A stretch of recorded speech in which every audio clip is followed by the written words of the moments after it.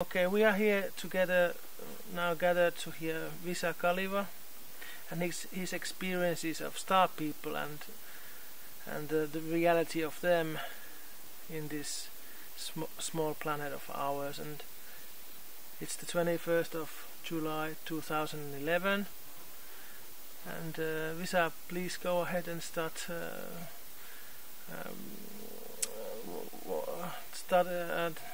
telling us which sort of experiences you have had, and when did this all start? Well, it started a long time ago. There seems to be a pattern with these things, with Starpeople, that they pick their contactees very, very young. But there's something I like to say first. I have a motive to do this, because these things that I mainly talk about, they happened like 40 years ago, and I haven't really talked about some close friends only, but I thought this would be a right time to tell about them, because there's so much going on in the world, and the other reason is that there is so much sort of speculations and so much talk about the grey aliens, and people are afraid. Yes. People are confused, and I would like to tell a little story about the Starpeople, because they are very fine people, and people shouldn't be afraid at all. You have had many positive experiences with the Starpeople. In which way did they first come to your life, and please tell us more. Yeah, well, my first experience with them was quite funny, actually, because I have to tell you first that I was really young when I came to these spiritual things, but my first experience with the UFOs was 1965, and I was 13 at the time, so I was very young. But I knew that they were there. I had already had some contact them with sort of spiritually, but not like talking to them. I just felt them, and I knew they were there. And I had some friends in the school. I had a little group where we talked about them. I told the guys that I have sort of asked them to show their craft. I want to see that. And funny thing, it happened. And we were having a break in our schoolyard, and there was 900 kids in that school at the time. So many people saw it. It was like 300 meters above. Yes. But in the air, and it didn't fly there. It just appeared. Yes. And it also disappeared after that. So I could see beautiful silver disc in the air without any noise, typical UFO sight.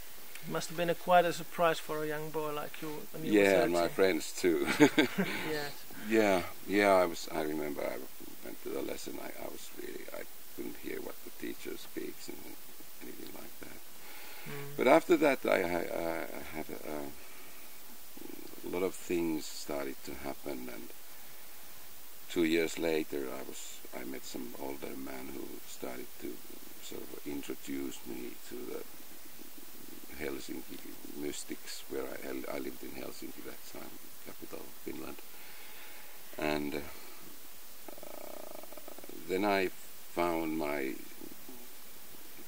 spiritual teacher, so to speak, because I didn't call him that at the time, but now I can say it. And he was a very important person for my life, and he was a really clairvoyant and could sort of travel astral world and everything like that. He was a very person who didn't go out very much. He lived in a small room of their family. But to you, this first encounter when you were 13, it was a kind of a spiritual experience too, and yes, of course, it was, because I have asked them to show them up, and when they come, then you understand that this is really something. They hear me. Yes. And I have had some in childhood. I have had some sort of saw light balls and things like that happened. But the spiritual teaching when I had at that age, it was like sort of extraterrestrial beings and star people. They were sort of one part of the thing, and it was quite natural. So I got used to that idea. And when I was with my teacher, I could sort of, because I'm not really telepathic or anything like that. I'm just an average guy in a way. But when I was with him, I could sort of have contact with them. But I couldn't see them, but I could sort of talk to them. But it needed to be like him around. And that's important to explain, because what happened afterwards is more explainable, that how they contacted me, like in physical world. Yes.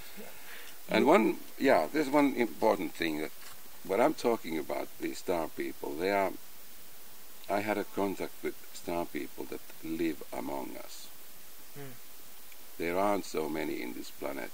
I don't know the amount, but it's like, at those days, whole Scandinavia, I was told there was 11, so that's not very much. Yes, that's very very small number. Yeah,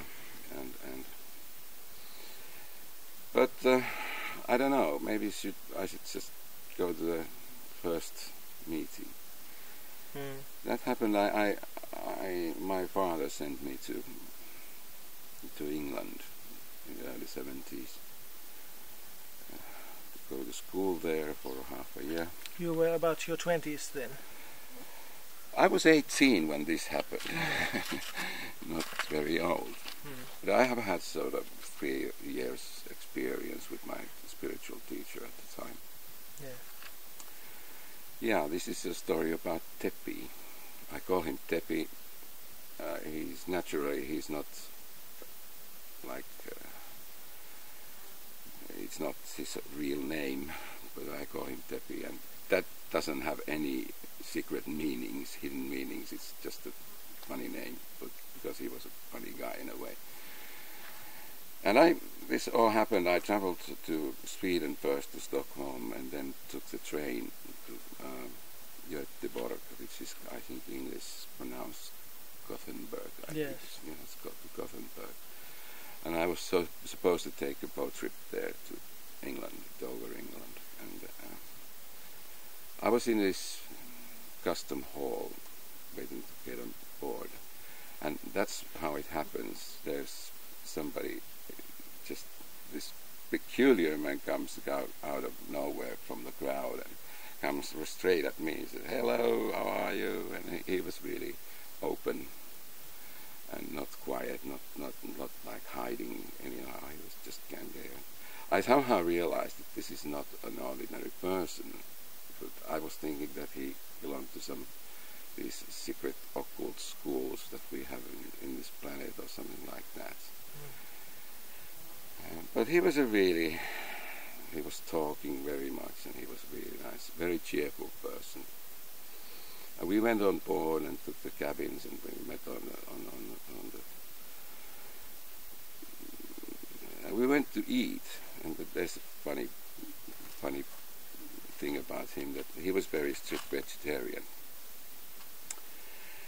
But he was sort of people might think a difficult customer, because he went into the kitchen and he said that this food must be fried on a pan which has never been used for cooking meat.